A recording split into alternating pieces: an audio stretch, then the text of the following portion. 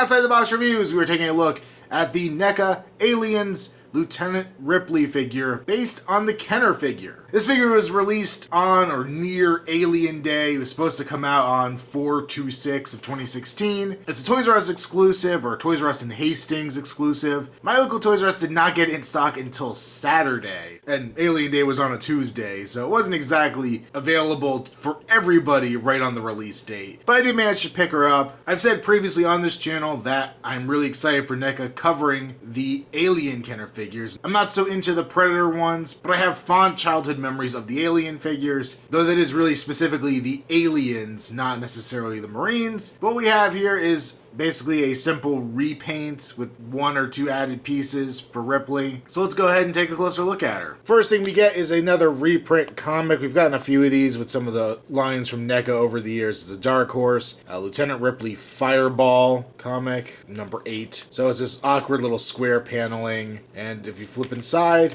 if you're familiar with the Kenner figures and all that stuff, you'll recognize some of these designs.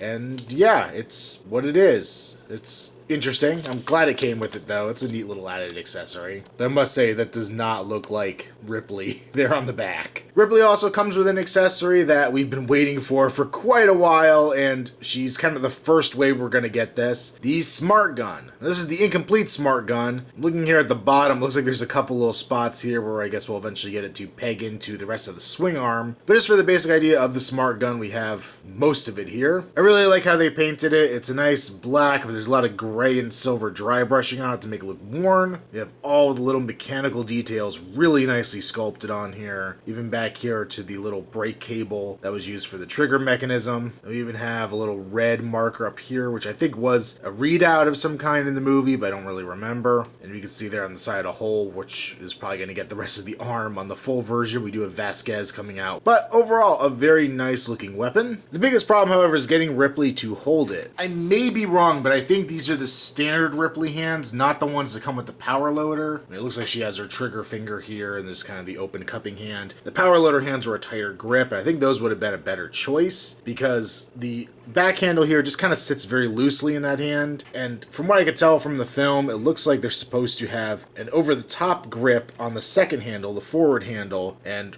of course now she's holding it because I'm trying to show how she won't, but Ripley really usually won't hold it very well that way. I kind of switched her to an underhand grip most of the time so that she'll actually hold the Smart Gun. But she's holding it just fine now. Apparently I need to have it on camera to prove myself wrong. I think the tighter gripping hands would have been a lot better for this figure. As for the figure herself, if you have the standard release Ripley from Aliens, it's a lot of the same here. The head sculpt is basically exactly the same. I think the paint is pretty much the same idea going on here. Very nice flesh tone on there. Everything's nicely detailed. The eyes are nice and clean. The lips are nicely painted. There's a little bit of color variation there on her flesh to kind of give her a more lifelike appearance. She has her curly hair that has a little bit of, looks like grayish dry brushing in it to bring out all the details, and it does look really good. If we go down a little further here to her neck, we get what's probably the only completely unique piece to this figure. This little bandana. It's something they added on to the Kenner figure, definitely not from the movie, but NECA did a great job bringing this to life. It's a soft rubber bit, it's loose around her neck, and it's a very muted yellow with a brown wash on it to make it look nice and dirty. I think that works pretty well for transferring that Kenner look and still keeping it more realistic like NECA's prone to do. Now, it's a very tight rolled up bandana, but I kind of like the idea that you could take it and almost like put it around her mouth or something, like she was trying to protect herself from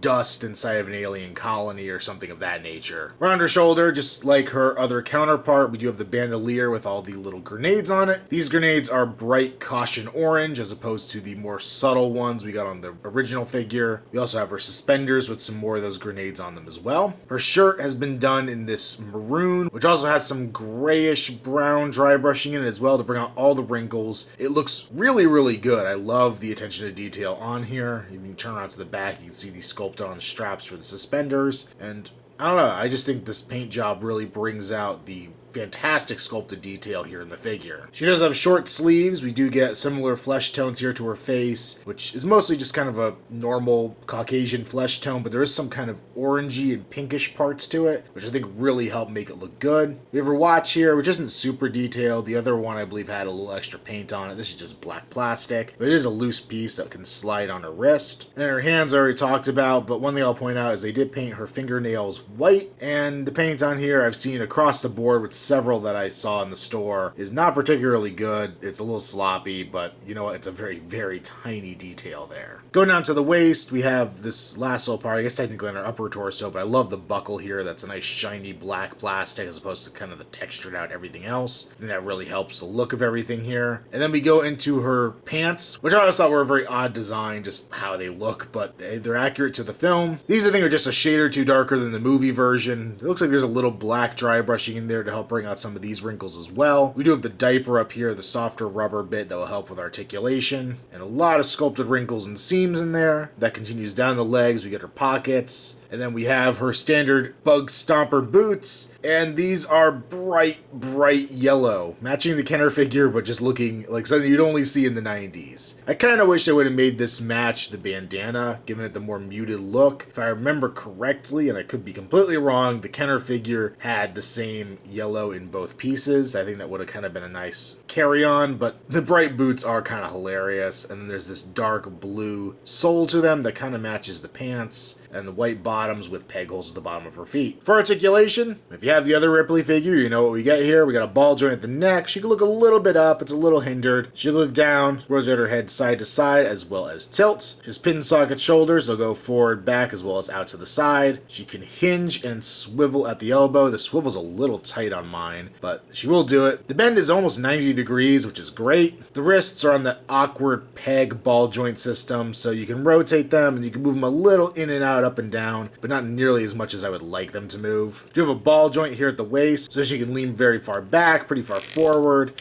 Rotation's a little hindered because of how thick the diaper is on here, and she can also pivot side to side. The legs, because of that diaper, are able to move decently forward, pretty far back, good amount out to the side. We have a swivel joint there at the upper leg, a hinge there at the knee that bends just shy of 90 degrees as well. We can also swivel there. And then we have a ball joint here right at the ankle. This is, I guess, technically the second entry NECA's put in their Kenner Tribute Alien line. The first being the Xenomorph that came in that Alien Predator 2-pack. And once again, I feel like it's such a tease for the stuff that I really want NECA to put out. And I know we're going to be getting all these cool aliens at some point, or at least I hope we are. But this Ripley just really makes me super excited to see all these crazy xenomorphs and their bright Technicolor looks be translated into a more serious action figure and given better articulation and all kinds of cool stuff. But Ripley herself, I think, is a decent figure. My biggest gripe, honestly, is that the hands are a little awkward. A tighter grip would really have helped her hold her accessory better, and I hope that with Vasquez we get tighter gripping hands to hold onto her smart gun. But beyond that, it's a solid figure. The original figure was a solid figure. This repaint continues to be solid. If you're a fan of the crazy Kenner style, this is definitely great for you. If you missed out on the original Ripley, I don't know if this would fill that void in the slightest, but it's still a cool figure and still a good representation. And the sculpt is still a great representation of Sigourney Weaver. So this figure gets a recommend. And along with this Ripley coming out on Alien Day, NECA did reveal quite a few more figures that week. We're getting, as I already mentioned, the Vasquez. We are also getting Frost and a really strange concept xenomorph. I guess it was from the original notes by James Cameron, but it's albino and has a hentai tongue. And then they finally announced that they're doing a newt that will be a Comic-Con exclusive but available elsewhere as they usually do at NECA. And that is going to be definitely a highly anticipated figure for me in the Alien line. Make sure you follow me on Instagram, username Outside the Box Reviews. Also check me out on Facebook, link below. And until next time, it's been our Outside the Box Reviews. Game over, man! Game over!